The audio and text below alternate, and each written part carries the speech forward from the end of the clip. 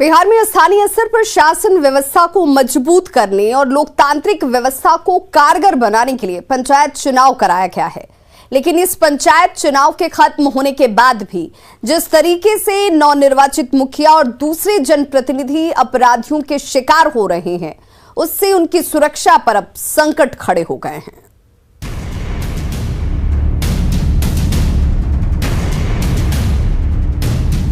मतलब घर पर भी अटैक किए, हमारे समर्थक लोग को भी मारपीट किए और गोलीबारी भी किए। लेकिन हमारे ऊपर भी फायरिंग, हमारे घर के दीवार में भी गोली लग गया था। लेकिन हम लोग किसी तरह बाल और बच के घर में बंद हो गए। ये है पटना के तारापुर कंडाप पंचायत के मुखिया राजू कुमार, जिन्होंने हाल ही में पंचायत चुनाव में अपने प्रतिद्वंदी को पछाड़कर मुखिया पद का चुनाव जीता है। लेकिन जन सेवा करने के बजाय मुखिया जी इन दिनों हर वक्त सुरक्षा के घेरे में रहते हैं। इनका आरोप है कि इनकी जीत इनके प्रतिद्वंदी को रास नहीं आया और वो इनकी जान का दुश्मन बन बैठा है। चुनाव जीतने के बाद इनके ऊपर हमला भी हो चुका है, लिहाजा इन दिनों ये अपने समर्थकों और निजी सुरक्षा गार्ड के साये में रहते हैं। सुनिए मुखिया जी का दर्द, उन्हीं की जुबानी। हम लोग को निमंत्रण आता है तो हम लोग रात में नहीं जा पाते हैं सब जगह। कब क्या हो जाएगा, किसके साथ होगा, बराबर हो ही रहा है। 4 मुखिया लोग के साथ हो गया और देख के डर लगता है। घटना जो बराबर हो रहा है वो देख के और ज्यादा आदमी डर जा रहा है। अभी प्राइवेट गार्ड के भरोसे हैं। हाँ, प्राइवेट के साथ हैं हम लोग। हाँ, अभी पिछले कुछ दिनों में कई मुखिया और जनप्रतिनिधि अपराधियों की गोली के शिकार हो चुके हैं।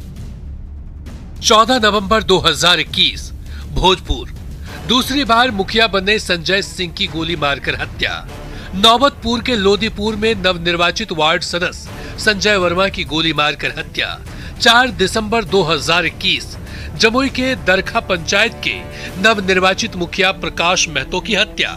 8 दिसंबर 2021 जमुई के लक्ष्मीपुर में वार्ड सदस्य के पति राजकुमार यादव की गोली मारकर हत्या। 11 दिसंबर 2021 बाढ़ के मुखिया रंजन कुमार उर्फ गोरेलाल की गोली मारकर हत्या। 14 दिसंबर 2021 पटना में फरीदपुर के मुखिया नीरज कुमार की हत्या। हालात ऐसे बन गए हैं कि कई जनप्रतिनिधि भय के साये में जीने को मजबूर हैं। सभी ने सरकार से गुहार लगाई है, थाने को भी आवेदन दिया है, लेकिन सुरक्षा व्यवस्था अब तक पुख्ता नहीं हो पाई है और जनप्रतिनिधियों की जिंदगी दांव पर है। बिहार में भले ही पंचायत चुनाव खत्म हो गया हो, लेकिन इसके बावजूद कई हिंसक घटनाएं अब भी हो रही हैं। कई जो नवनिर्वाचित मुखिया थे उन्हें अपनी जान गंवानी पड़ी है और यही कारण है कि कई जो नए मुखिया चुने गए हैं उन्हें अपनी जान का भय सता रहा है। हाँ, थ्रेट तो इस बार भी है। चुनाव जीतने के बाद भी जो भी हम लोग के साथ जो समर्थक, खास करके दलित वर्ग के लोग रहते हैं, तो जो हारे हैं प्रत्याशी, तो उन लोग को धमकाने उमकाने का प्रयास किए हैं, तो उस सबको सूचना थाना में दिया गया था। देखिए, चुनावी रंजिश के वजह से तो अभी 4 निर्वाचित जो मुखिया थे, चुनावी रंजिश के वजह से हत्या हुई है उनकी। अगला प्रतिद्वंदी जो हारता है तो उसको तो थोड़ा सा लगता है ईगो। मुखिया को अपना तरफ से सुरक्षा कुछ दे सरकार, हम लोग तो यही मांग करेंगे, क्योंकि आज तो देखा जा रहा है कि भाई राह चलते मर्डर हो रहा है।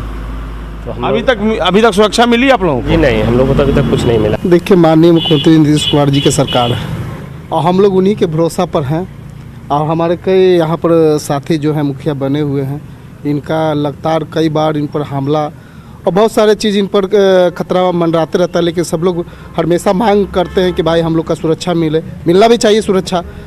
सरकार नवनिर्वाचित जनप्रतिनिधियों की सुरक्षा को लेकर खुद को गंभीर बता रही है। पंचायती राज्य मंत्री की माने तो सरकार मुखिया को सुरक्षा मुहैया कराने के लिए हर संभव प्रयास कर रही है और जल्द ही ठोस कदम भी उठाया जाएगा। और हमने आदेश भी किया है कि एक स्पेशल टीम SIT बनाकर इसका पूरा जांच करे। जो मुखिया का परिवार है, इसको सुरक्षा भी उपलब्ध कराया गया और हम लोग इसको तुरंत करेंगे, ध्वस्त करेंगे। तमाम दावों के बावजूद सवाल शेष है कि आखिर कब तक सरकार इन जनप्रतिनिधियों के लिए सुरक्षा की व्यवस्था कर पाएगी, ताकि ये जनप्रतिनिधि निर्भीक होकर अपने दायित्व का निर्वहन कर सके। लेकिन सबसे अहम सवाल यही है कि आखिरकार किस कदर लोकतंत्र में गिरावट आई है कि जो लोग हैं वो समझ नहीं रहे हैं, उनका जो एटीट्यूड है, उनका जो नज़रिया है वो इस कदर क्यों बदल गया है। आखिर मुखिया, वार्ड सदस्य, नीचे स्तर पर जो लोकतांत्रिक व्यवस्था है वह तभी मजबूत होगी जब हम निष्पक्ष तरीके से सेवा भावना के साथ काम करें। वर्चस्व की अगर लड़ाई होगी तो निश्चित तौर पर यह कहीं ना कहीं एक अशुभ संकेत है लोकतंत्र के लिए भी। कैमरा पर्सन मनीष जुनेजा के साथ संजय कुमार, न्यूज़ 18 पटना।